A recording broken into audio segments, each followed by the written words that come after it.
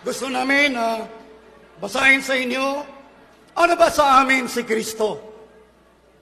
Karatuloy kasi ng iba, nang tinututulan namin na siya'y tunay na Diyos, ang akala nila, hindi namin kinikilala ang ating Panginoong si Kristo. Ang totoo niyan, kung meron lang paligsahan, sa pagkakilala kay Kristo, sa pangalan pala ng Iglesia, pasadong-pasado na kami. Bakit? Kami, Iglesia ni napakalaki ng pagkakilala namin kay Kristo. Yung sa kabila, yung sa iba, bahala na kayo.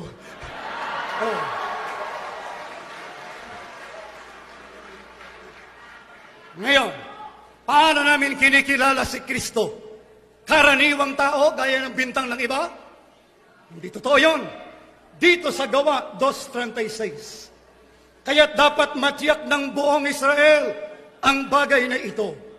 Itong si Jesus na ipinako ninyo sa krus ay ginawa ng Diyos na Panginoon at Kristo. Anong ginawa ng Diyos? Ginawa siyang Panginoon. Pagkakilala yan. Yan ay napakalaking pagkilala ng Iglesia ni Kristo. Tanging sa siya'y Panginoon namin. Ano pa? 5:31, siya'y pinadakila ng Diyos ng kanyang kanang kamay upang maging prinsipe at tagapagligtas. Ano po si Kristo? Tagapagligtas. Sapagkat siya'y tagapagligtas, ang ililigtas niya, ayon sa Efesos 5:23, ang kanyang katawan, yun ang Iglesia, yun ang Iglesia ni Kristo, na tama ang pananampalataya kay Kristo.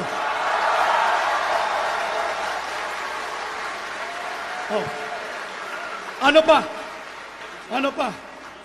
2:5 ng Timoteo. Sapagkat may isang Diyos, ang sabi na yun ang Ama ni Kristo, tinanggap na kanina, di ba? Sapagkat may isang Diyos, at may isang tagapamagitan sa Diyos at sa mga tao, ang taong si Kristo Jesus.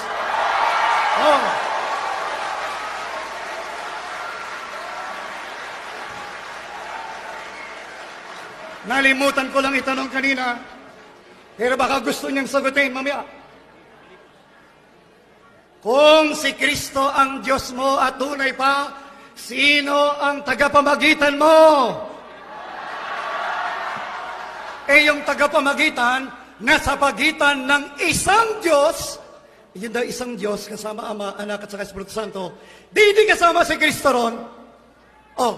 Kung hindi kasama si Kristo ron, sino ngayon tong isang tagapamagitan yun?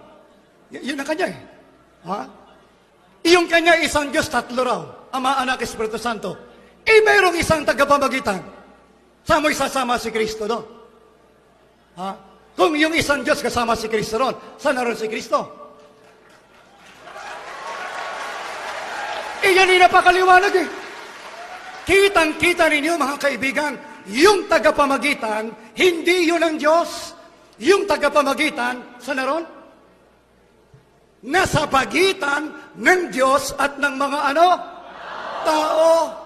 Sino yung isang Diyos na yon? Yun ang Diyos ni Kristo. Doon siya namamagitan.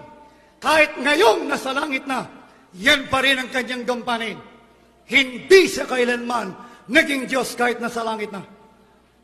Ano pa? Baka meron pa.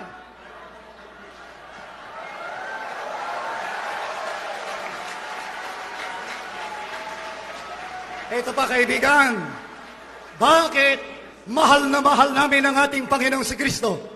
Ito pa, sa Pilipos, Kapitulo 2, ang mga talatay 9 hanggang 11. Kaya naman, siya'y itinampok ng Diyos. Sino nagtampok? Ayon. Yan ang tunay na Diyos eh. Hindi si Kristo. Si Kristo, itinampok ng tunay na Diyos. Kaya, binigyan ng pangalang higit sa lahat ng pangalan. Ano pat ang lahat ng nilalang na nasa langit, nasa lupa, nasa ilalim ng lupa, ay maniniklohod at sasamba sa Kanya. Si Kristo ba sinasamba namin? Opo! Dumalo ka sa pagsamba, makikita mo yan.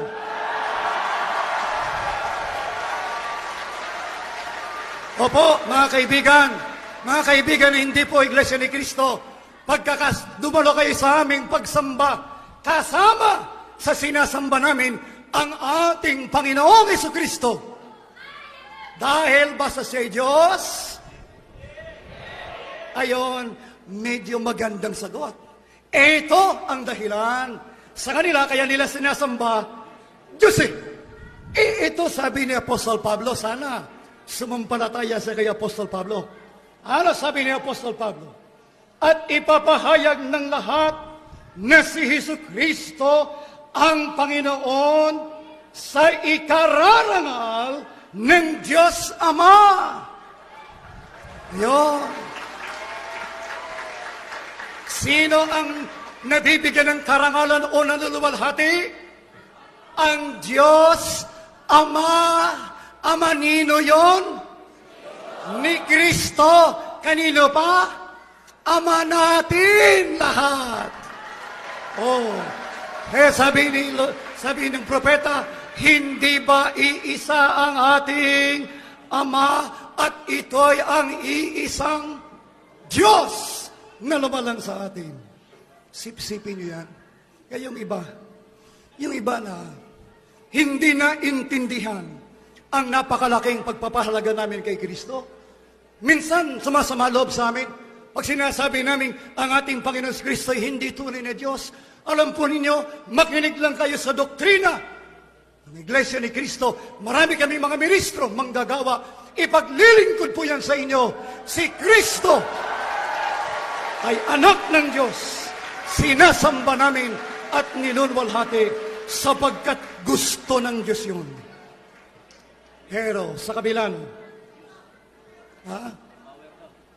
sabi niya pare-pareho lang yan, ang ama at saka yung anak. Alam ba ninyo, mga kaibigan, pagdating ng araw ng paghuhukom, magkakahalataan kung sino talaga ang tunay na Diyos. Alam niyo kung bakit? Makinig kayo.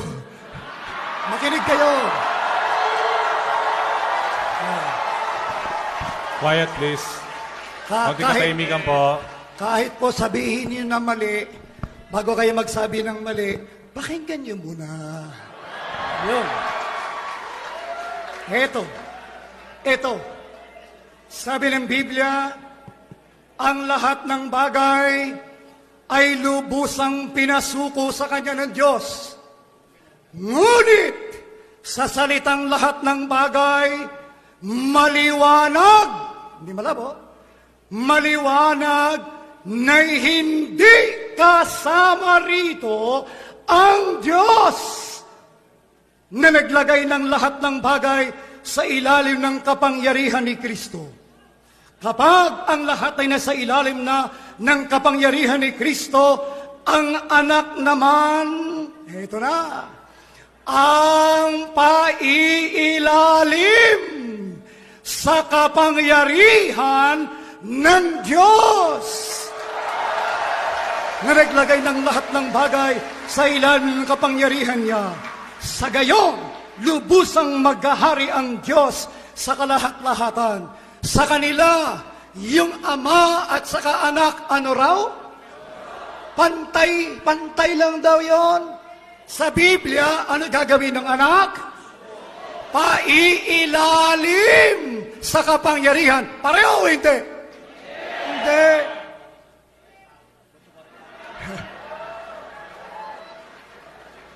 Salamat naman at nag-i-enjoy kayo, ha? Kami rin, nag-i-enjoy din kami dito, eh. Sige.